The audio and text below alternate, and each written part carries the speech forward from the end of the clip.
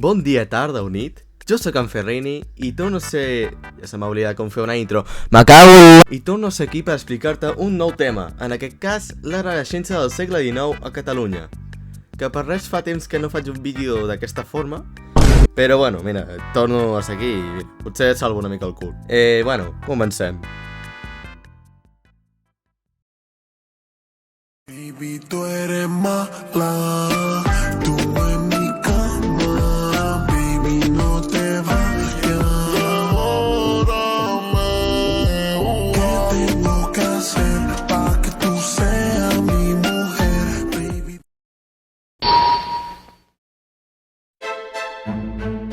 La Renaixença a Catalunya es considera que va sorgir el 1833 amb la publicació del poema La Pàtria de PortAventura Carles Aribau, considerat l'impulsor de la Renaixença a la revista El Vapor.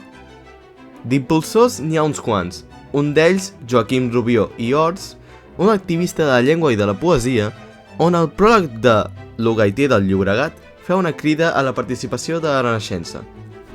La Renaixença té els propòsits següents: dignificar la llengua catalana i restablir una literatura nacional on es parlava la llengua. Per què tenen aquests objectius? Perquè uns quants anys enrere, Felip V va proclamar els decrets de nova planta, decrets que deien que el castellà era l'única llengua oficial en tots els territoris de l'Estat i els escriptors havien deixat d'escriure en català. A mitjans del segle XIX, algunes institucions com la Universitat de Barcelona, la Reial Acadèmia de Bones Lletres de Barcelona i varis més, s'identificaven amb la Renaixença, fent possible l'edició de diccionaris i promocionant el saber en català. A més, l'any 1859 sorgeix la restauració dels Jocs Florals de Barcelona, originalment creat al segle XIV a Tolosa de Llenguadoc, on s'utilitzava com a plataforma d'enllaç amb el passat medieval i també per a la creació literària en català, on va tenir un gran èxit.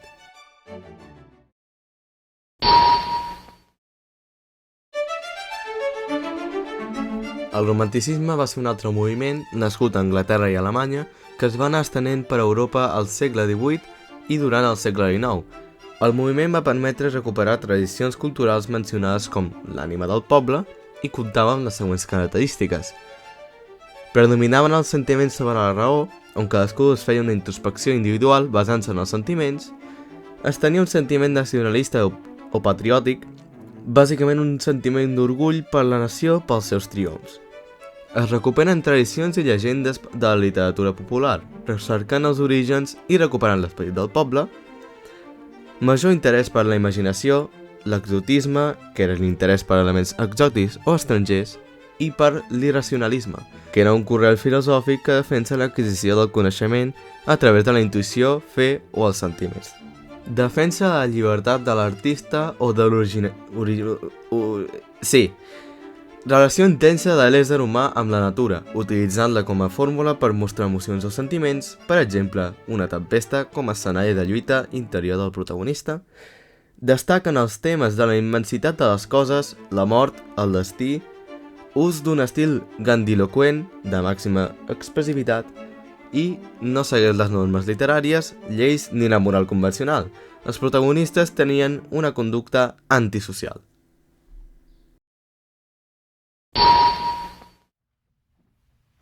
Romanticisme català.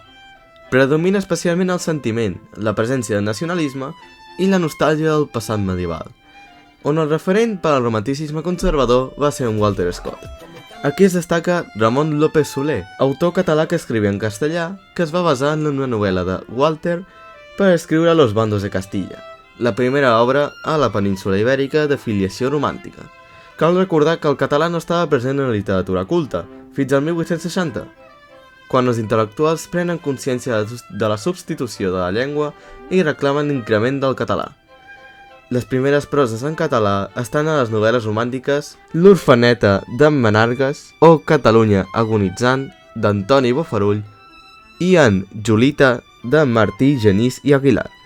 Tots dos compartien la característica d'interès per la història i la consolidació dels mites nacionals. Durant el romanticisme va predominar molt la poesia, sobretot durant els primers anys, el més rellevant siguin Jacint Verdaguer i pel gènere teatral tenim Àngel Guimerà. Poesia romàntica.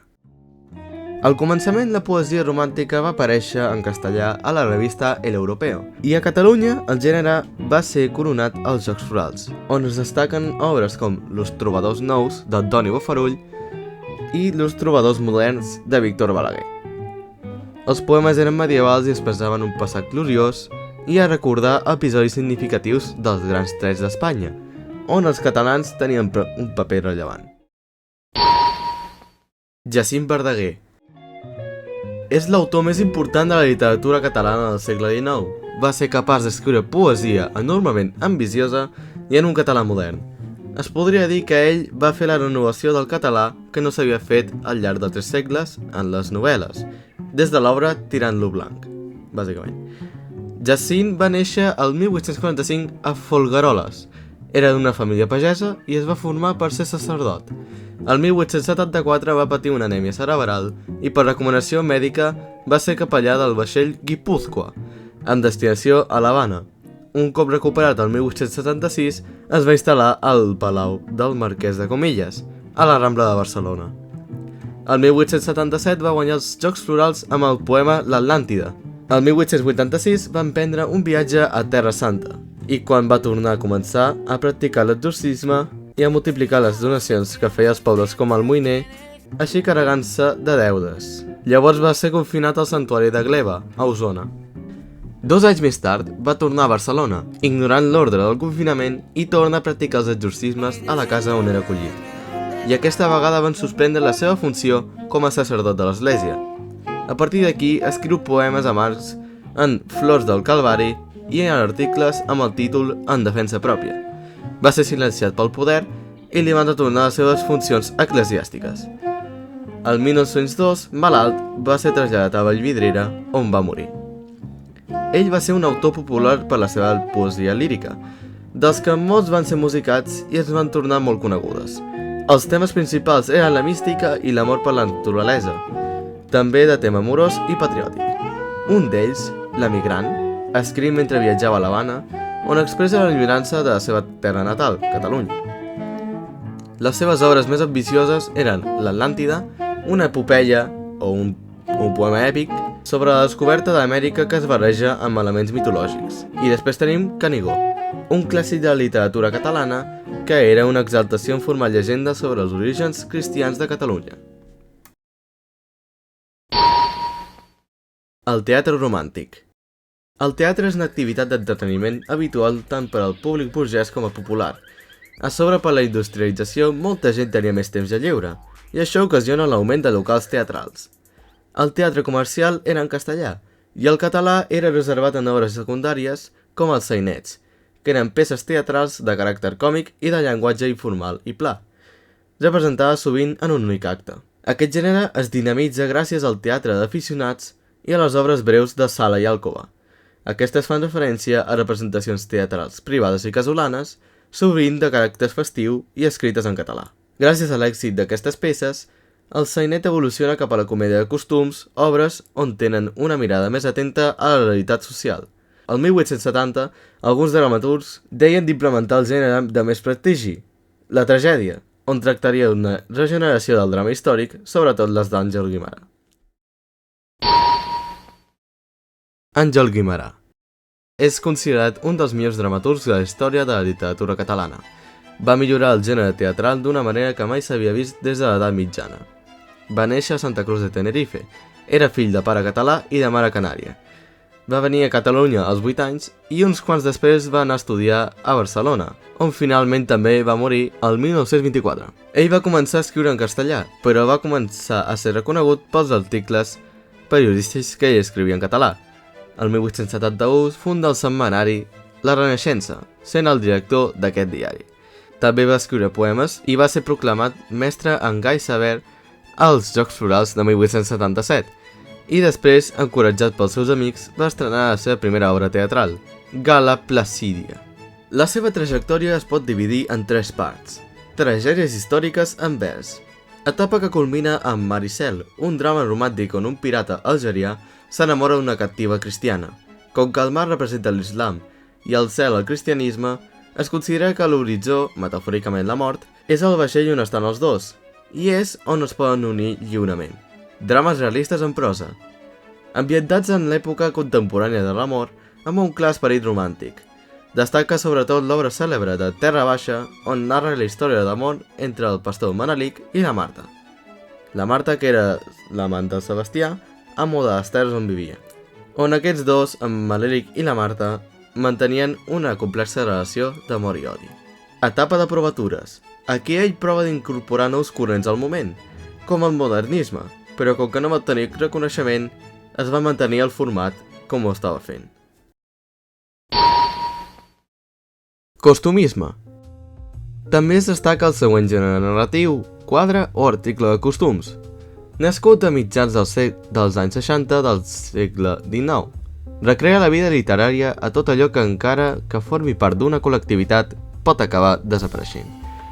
Així doncs, tracta una contemplació de la realitat amb una visió subjectiva, amb el valor que una persona li dona. Va sorgir durant una època de grans canvis socials a causa de la industrialització.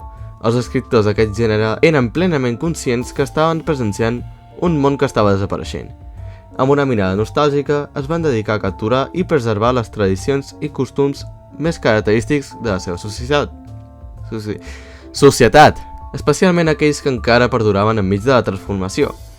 Els costumistes es van concentrar en la representació de la vida quotidiana i dels personatges emblemàtics, tant dels barris urbans, quadres urbans, com les comunitats rurals, quadres rurals, destacant la bellesa de l'estàtic i l'immòbil en un món en constant evolució.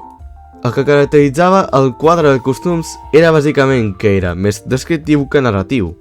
Utilitza un llenguatge col·loquial, informal, amb diàlegs, amb propòsit documental i finalitat moralitzadora.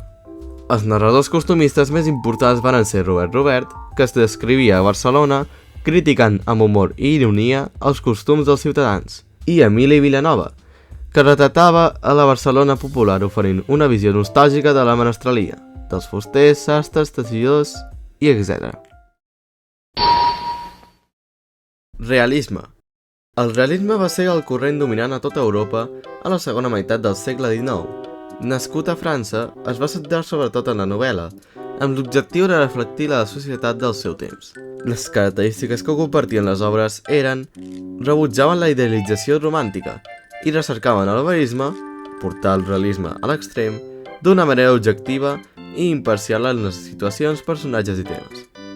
Textos molt analítics i de desig científic, on hi havia interès per l'exposició i el retrat detallista. Predominava la raó, la font d'inspiració és la realitat tant urbana com rural, apareixen personatges de la vida quotidiana, burgesos, obrers, camperols. S'enfoca en temes socials, convencions, diners, matrimoni, etc. Crítica i denúncia de la societat formada pel capitalisme i la vida urbana, que porten al moviment naturalista. Estil versemblant, on els lectors perceben com a escenari realista, descriptiu i detallista, amb narrador extern i un monòleg interior, o vaja, un discurs interior. Narcís Oller, un gran novel·lista de la Renaixença i el millor representant del realisme i naturalisme en terres catalanes. Considerat com a creador de la novel·la catalana moderna, ja que va adoptar l'estructura narrativa i el llenguatge a les noves tendències europees. Va néixer a Valls el 1846, va estudiar dret i va treballar de procurador de tribunals a Barcelona fins a la seva mort el 1930. Va començar escrivint en castellà i per influència del seu cosí, Josep, com es digui, guia i promotor de la seva carrera literària i qui el va introduir en els cercles literaris de la Renaixença, i també per l'impacte que va tenir ell en els Jocs Florals del 1877. Naturalisme, una teoria proposada per Émile Zola a la segona meitat del segle XIX. Quantes vegades hauré dit segle XIX? Per tal de dotar les novel·les perquè col·laborin a l'estudi de l'espècie humana. En les següents dues obres va marcar el naixement del naturalisme. Thérèse Raquin, on el pròleg admet que la proposta literària que fa neix del realisme, i la novel·la experimental, on exposa la seva teoria sobre allò que ha de ser una novel·la, on els personatges no poden ser manipulats, així aplicant el mètode de les ciències experimentals a l'estudi del comportament humà, transformant la literatura en ciència. Aquestes idees venen de dues teories filosòfiques. positivisme d'Auguste Comte, on aplicant el mètode experimental o científic es pretenia establir les lleis que governaven l'univers i també les de l'ésser humà. Determinisme d'hipòtit... no sé com es digui. Segons ell, la persona està sotmesa a 3 factors: la raça, l'herència biològica, el medi, el context social i familiar i el moment històric. I bé, crec que ja és moment de tornar al present. Gràcies per veure el vídeo i... bueno, ja estic rebentat a ajudar. Joder, no puc...